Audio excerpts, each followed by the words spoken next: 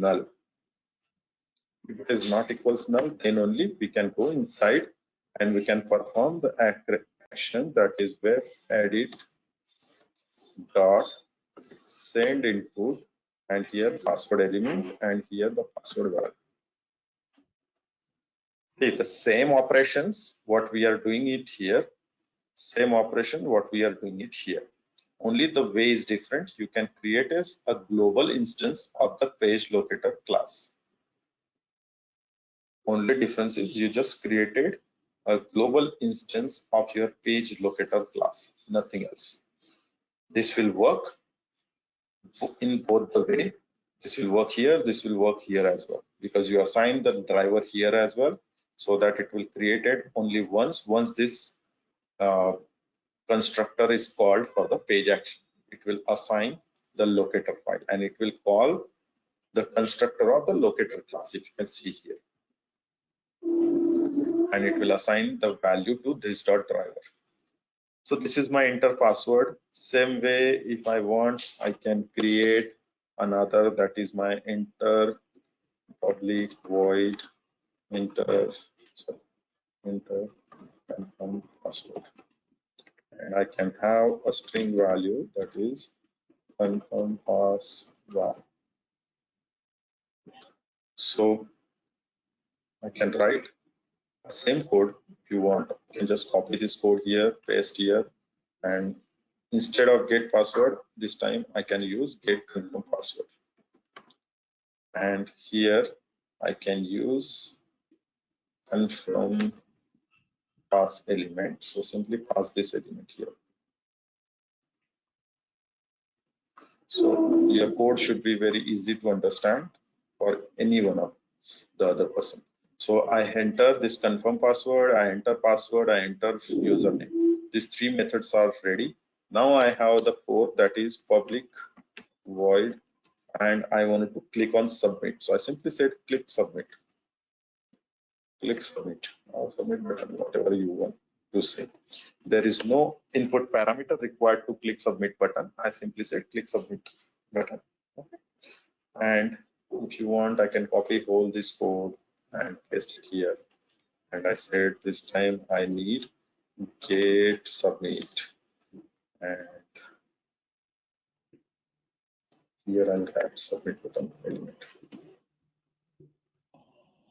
Sorry, submit button element, and only this time this method is not required because we have a web button dot click and where we pass a submit button. See how we this time we used another common functions.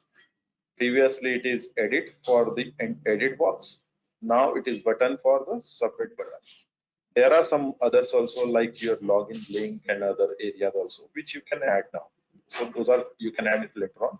But this code should say I have added a 4 locators, that is my username, that is my password, that is my confirm password, and my submit button. And I have added action on those 4, that is my enter username, then enter password, then enter confirm password, and click on submit button.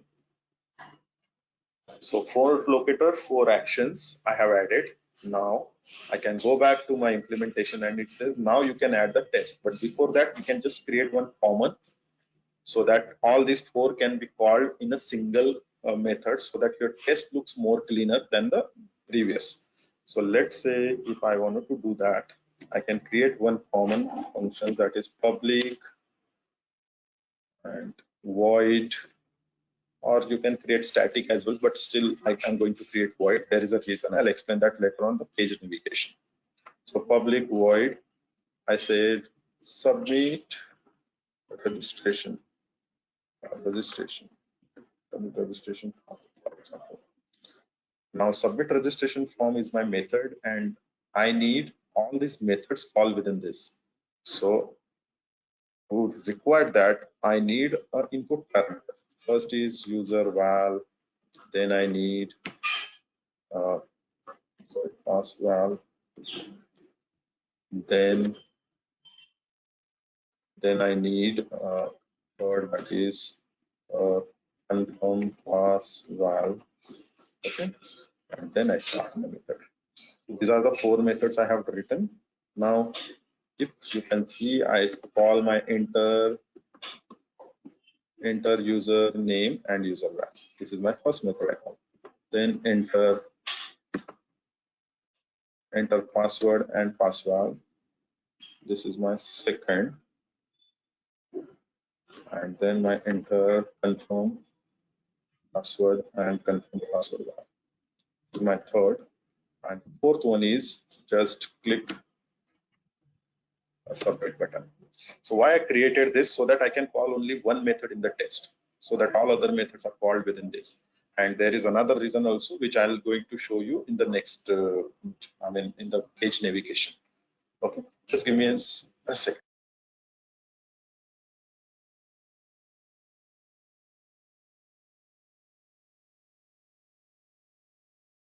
Now, if I can go back to my test, so I have my action, the common action also. So this is my common, which I need to call my test. I go back to my test. So I have created a test as a test engine test. Now this test engine is a framework where at the rate test says it is nothing but a new test case for me. At the rate test says it is nothing but a new test case for me. And what we had written before, every test we just call a driver, and after every test we just close that driver.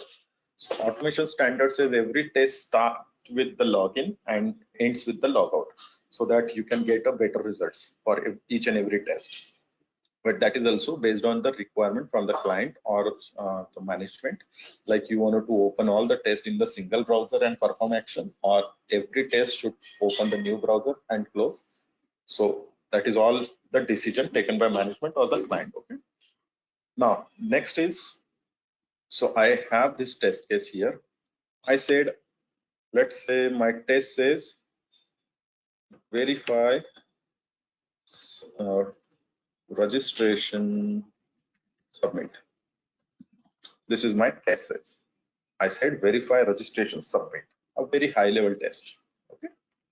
Now if you can see here, I have to call only one thing, that is I have to call only one thing, that is this method, which are common methods that you created in an action.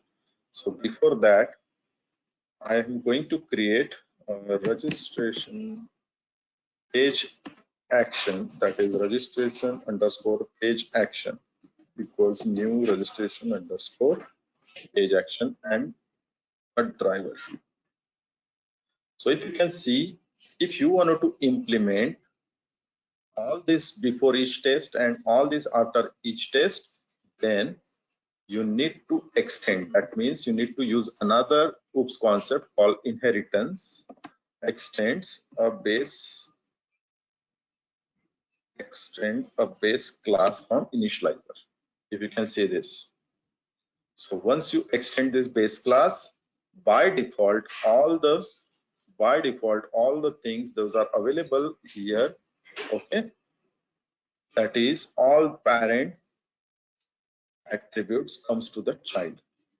Okay, all parents attributes comes to the child. Clear? So now I am go back here. I wanted to make that public because then only it is available. Currently it is a default. So go back to the, okay. So now that driver comes directly here. I pass that driver from base class to the test and test to the action. If you can see, there is no driver defined within the test. Driver is already available within my base class, that is my initializer class, so that I can reuse that in my each and every test, and I can simply pass that from here. So I pass that to the action. So action instance is already created, and then I can write registered page action dot the method which is a common for all, that is submit registration form, and it requires some of the value, that is string. So I can pass, this is my user can pass this is my password, and I can pass this is my confirm password. Okay, so this 3 value I pass. Now this action, so again I go back to our diagram. It says implementation, locators, action, and test. Now we implemented test. This is my test. So test looks like very clean. It has only 2 lines of code. First, the creation of the instance or object of the action class, and second, call the common function of that action class where you can pass these values. Okay, so here you are passing these values, that is user, password, or confirm password, all those values, and it will perform some actions. Now from the base class, you just call your driver and it will call here. Now one thing, once it is done, I'll show you something. Now, if you can see, you need to check some of the assets. That means it says whether your test is pass or fail. That means it is nothing but a checkpoints. It is nothing but a checkpoints. So what checkpoints I wanted to do? I wanted to see if this one, for example, this example, I'll take. If I click on submit, it should redirect me to the next page, or it should show me the title or a different title. This is what we wanted to see here. So I can say, for example, actual is driver dot get title and expected is XYZ. Anything. Okay, I'm not sure as of now. We can check that later. So this is what my whole or complete test is saying. So my test finish here. It says verify registration, submit. It says page action. It says registration form, and it says these are the elements I am passing. Now, one thing that I guess what we are doing here, whenever we are opening any of the browser, we simply write that driver dot get. So any of the things is your base URL here only. Okay, you can pass this base URL again from your this file, the data file. You can read that again here. That is your string base URL. That is one time you can set up, and you can get that value also by the things that you need. So you can get that base URL. So your base URL open, and then you can start your execution. Okay, so as of now, this my test is finished. Now people are saying now how to start the execution. So my implementation is finished. Now execution. If you can see, my execution starts from test. I go back here. My execution starts from my test. It will call my action first. So if you can see, it calls the action. Once the action is done, it goes to the action, and now my action calls always the locators. So action calls the locator, and this is how my execution flow.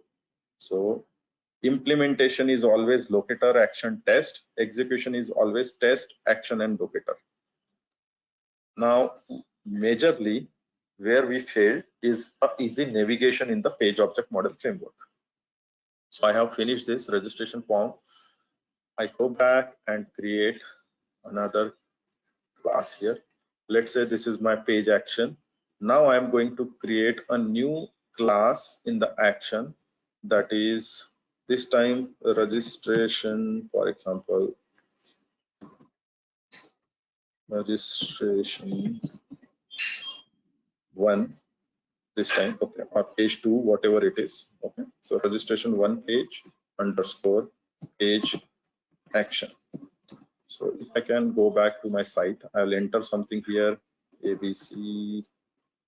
Okay, sorry, let me do this. I wanted to see what is the next page. ABC, so I say it, and